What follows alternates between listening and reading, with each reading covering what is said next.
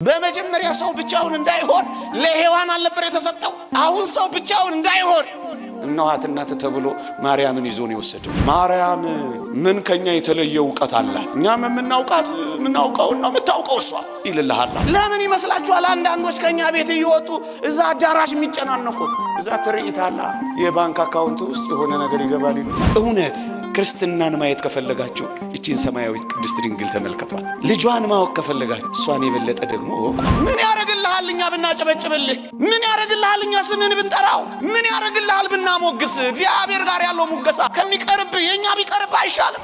ቅዱስ ጳውሎስ የዕብራውያንን መልእክት እንዲጽፍ እግዚአብሔር ያደረገው ለምን ይመስላችኋል? ክርስቶስ ሲሰቀል አይሁድ የኢየሱስ ክርስቶስን ልብስ ብቻ ይዘው ነበር። እነሱ ልብሱን ተካፈሉ፣ አሕዛብ ደግሞ ስጋውንና ደሙን ወረሱ።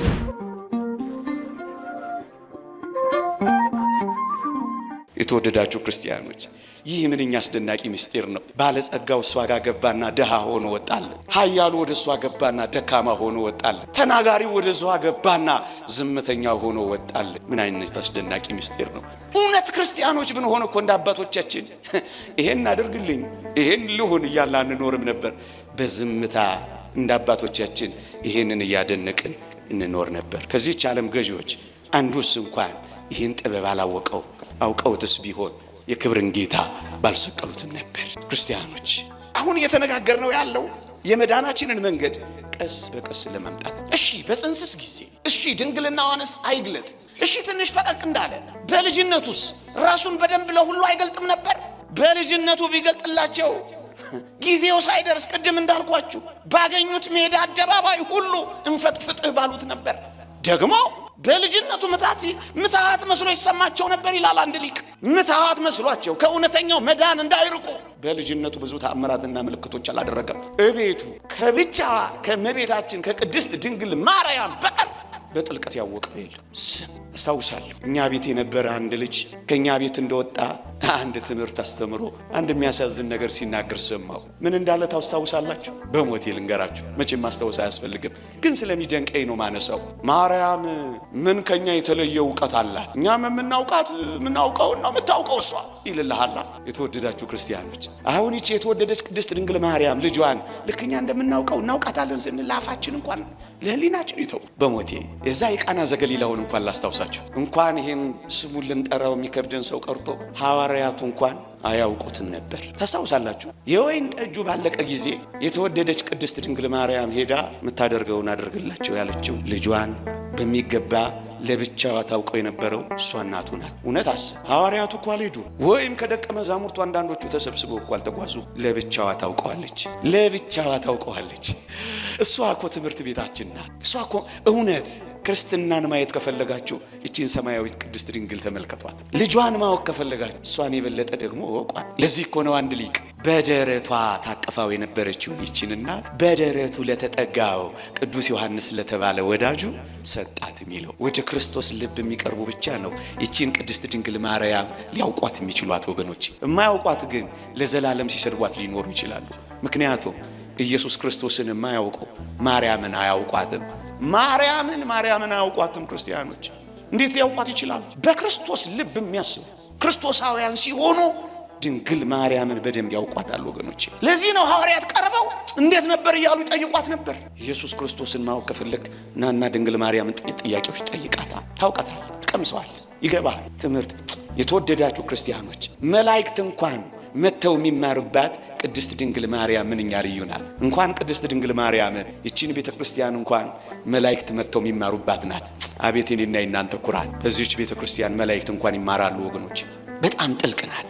ለዚህ ነው ጠርጠሉስ የተባለ ሊቅ ሰው ብቻውን እንዳይሆን ይላል የተረዳው እግዚአብሔር ሰውን አስቀድሞ ለማርያም ከዛም ለቤተ ክርስቲያን ሰጠው ይላል። ለማርያም እኮ ተሰጠን ነው ወገኖቼ፣ ብቻችንን እንዳኑ። በመጀመሪያ ሰው ብቻውን እንዳይሆን ለሔዋን አልነበር የተሰጠው?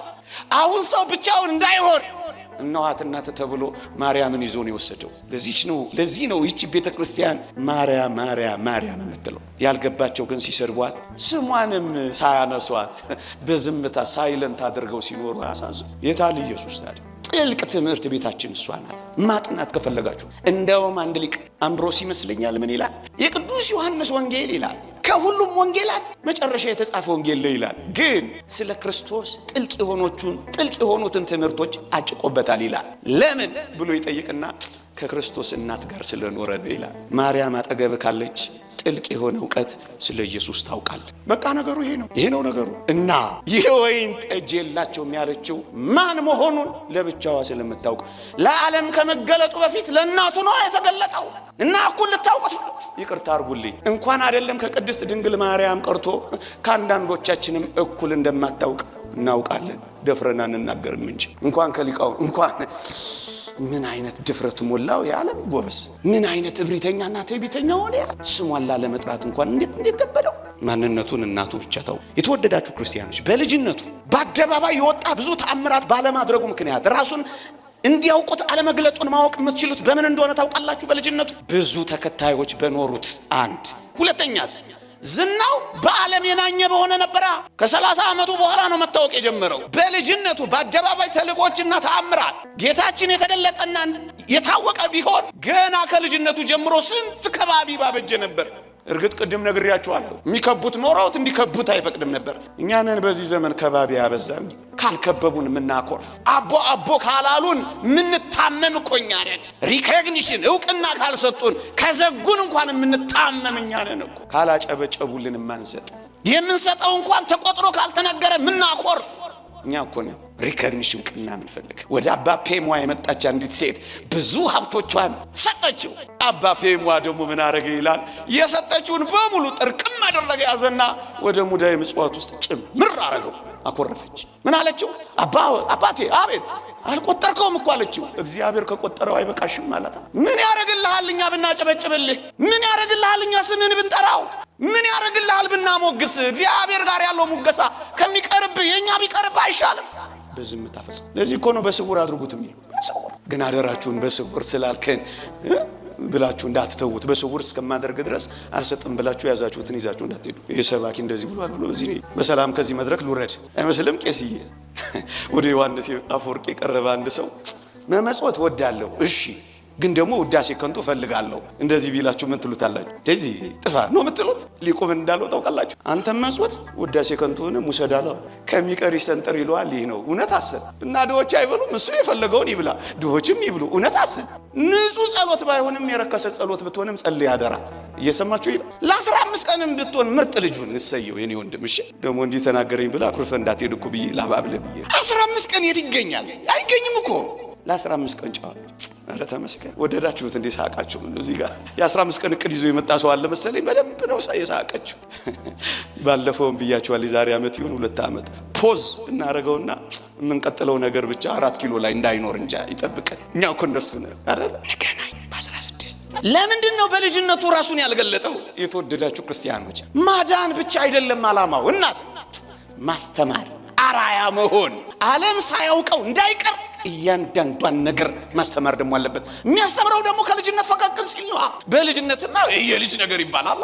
አያችሁ፣ ማስተማር፣ አራያ መሆን ካደገ ነው እንጂ የሚፈጸመው። ከዚያ በፊት ተአምራት አድርጎ ምልክት አሳይቶ ቢሆን ይገድሉት ነበረ። ስለዚህ አራያ መሆኑ ማስተማሩ።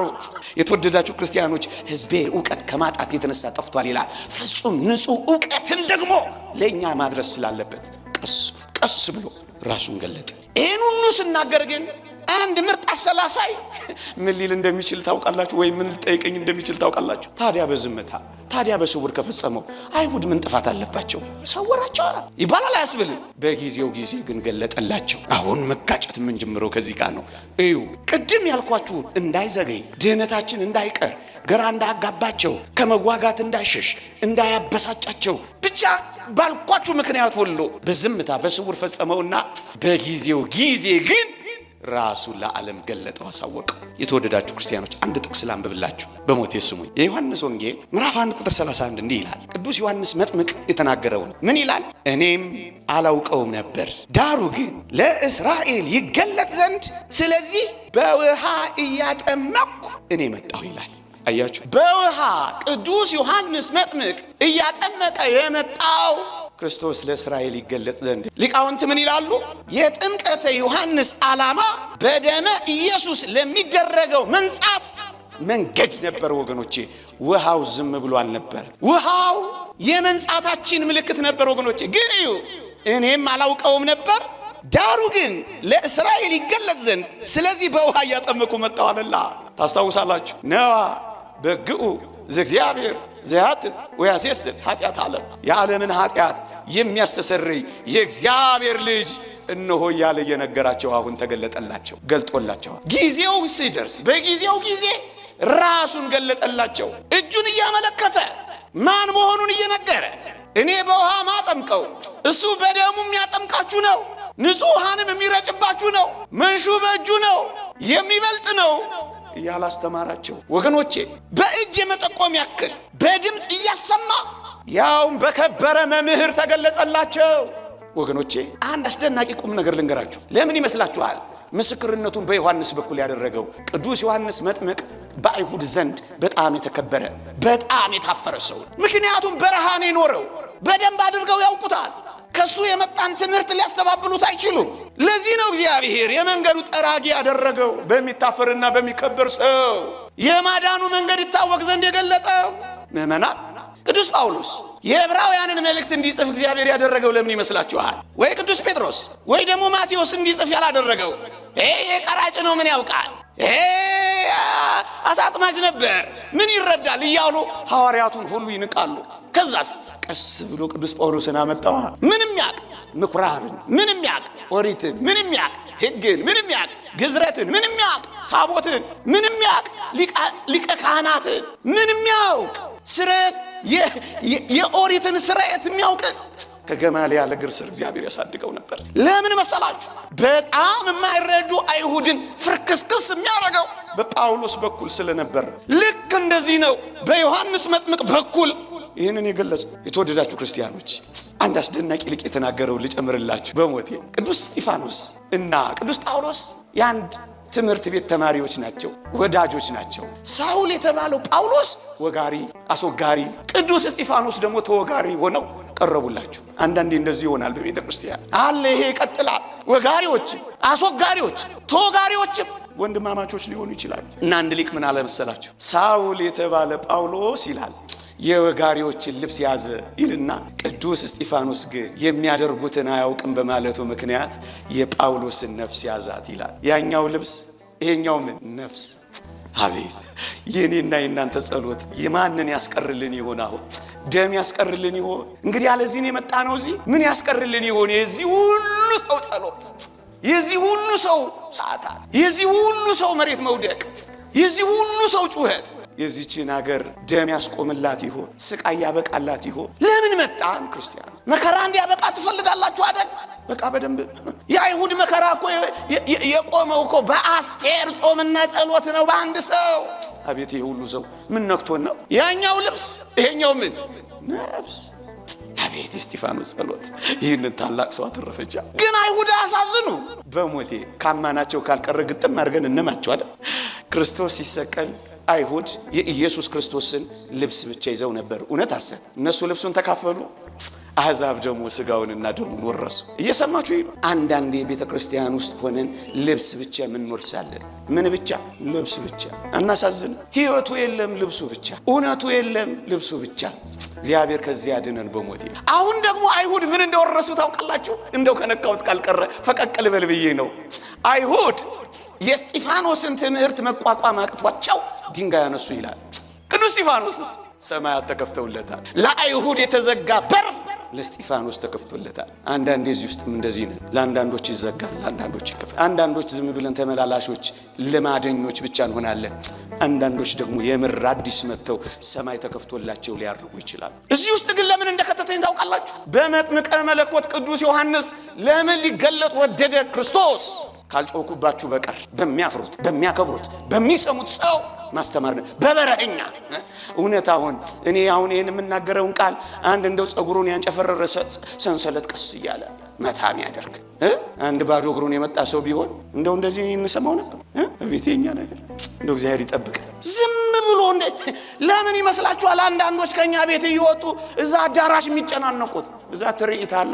የባንክ አካውንት ውስጥ የሆነ ነገር ይገባል ይሉታል። ባንክ ተሰልፎ አንድ ገጠር ሄጄ እኮ ነው ተሰልፎ ባንኩን አጨናንቀው ምን ነው ፓስተር ልኮልኝ እንደው ህዝብ አሳዝን። ያኛው ከወጪ ቀሪ 13 ሚሊዮን ብር ይዞ መጥቶላል አዲስ አበባ። ደግሞ ይሄን ፕሮፖዛል አድርግና አንተም ስራው አሉ። ምክረ ሐሳብ ምርጥ ምክረ ሐሳብ አድርገው አሉ። ምስኪን እኮ የሆነ ዲኮሬሽን ሲያይ የሆነ ነገር ነው እኮ ቁም ነገር አይሰማም።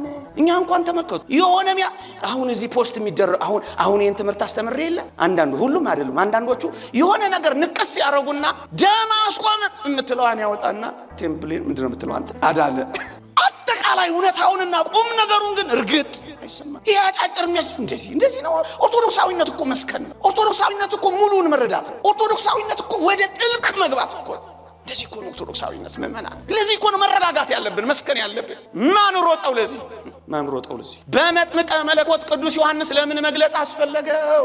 እንደውም ወገኖቼ ሊቃውንት በጣም አስደናቂ ምስጢር ይጠቅሳሉ። ምን እንደሚሉ ታውቃላችሁ? እዩ መጥምቀ መለኮት ቅዱስ ዮሐንስ በረሃ ስለሚኖር ኢየሱስ ከእመቤታችን ከቅድስት ድንግል ማርያምና ከቅዱስ ዮሴፍ ጋር እቤቱ ስለሚኖር ይሄኛው በበረሃ ያለ ምግብ ስለሚመገብ ይሄኛው በቤቱ ያኛው ልብስ ስለሌለው ይሄኛው ልብስ ስለለበሰ ዮሐንስ ይበልጣል ኢየሱስ ያንሳል ብለው ያምኑ ነበር። ለዚህ ነው ቅዱስ ዮሐንስ ጮክ ብሎ እኔ ላንስ ዝቅ ልል እርሱ ከፍ ሊል ይገባል አላቸው። ደሞ ዘመዱ ስለሆነ አድልቶ ነው እንዳይሉ ምን እንዳደረገ ታውቃላችሁ? ስለ ዝምድናው አይደለም መንሹ በእጁ ነው ባለስልጣን ነው ፈራጅ ነው አላቸው። እኔ በውሃ አጠምቃችኋለሁ እሱ በእሳትና በመንፈስ ቅዱስ ስልጣኑ ማንነቱን ገለጸላቸው። ሳጠምቅ እናንተን እንደማጠምቅ እሱን ያጠመቅኩ እንዳይመስላችሁ አላቸው።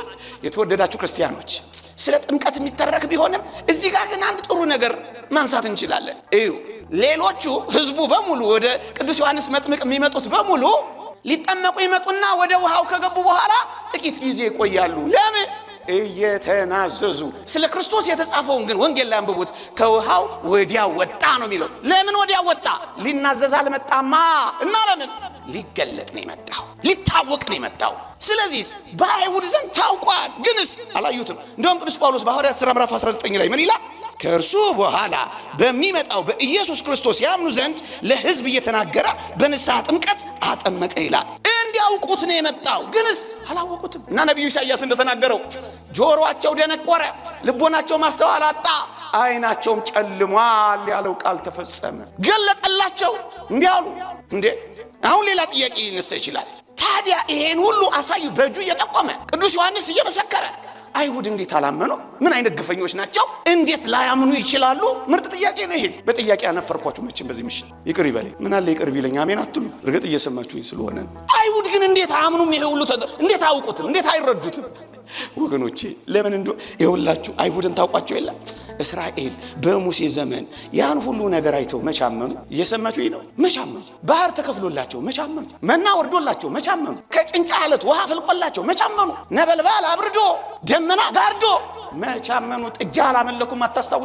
ታስታውሳላችሁ አይደል? ባህር ተከፍሎላቸው የመጀመሪያው ፈረስ አንገቱ ሳይወጣ የመጨረሻው ፈረስ ጭራው ሲገባ በኤርትራ ባህር ያን ሁሉ ሰራዊት አስጥሞ ስብሐን ዘተሰብሐ ብለው ዘምረው ጨፌውን አቦር አድርገው ከዘመሩ በኋላ ጥጃ ማምለክ አይገርም? ለጊዜው ያውቃሉ። ከዛ እምቢ እንደውም ሙሴን የት እንደሄደ አናውቅም አይሉ መሰለ። ያን ሁሉ ተደርጎ አላወቁትም። አልዓዛር ከሞት ሲነሳ እኮ ነው ክርስቶስን ለመግደል ቁርጥ ውሳኔ የወሰኑት። አልዓዛር ከሞት ተነስቶ እንኳን አላመኑበትም። ታዲያ አይሁድ ያልተደረገላቸው ምን አለ? አሁን በዚህ ክርስቶስ በዝምታ በስውር ፈጸመው ካልኳችሁ በኋላ ተጠያቂ የማይሆነው እግዚአብሔር ለምን መሰላችሁ? በጊዜው ጊዜ ገለጠላቸው። በብዙ ድንቅ ታምራት በቃሉ ትምህርት አሳያቸው። ከዚህች ዓለም ገዢዎች አንዱስ እንኳን ይህን ጥበብ አላወቁትም።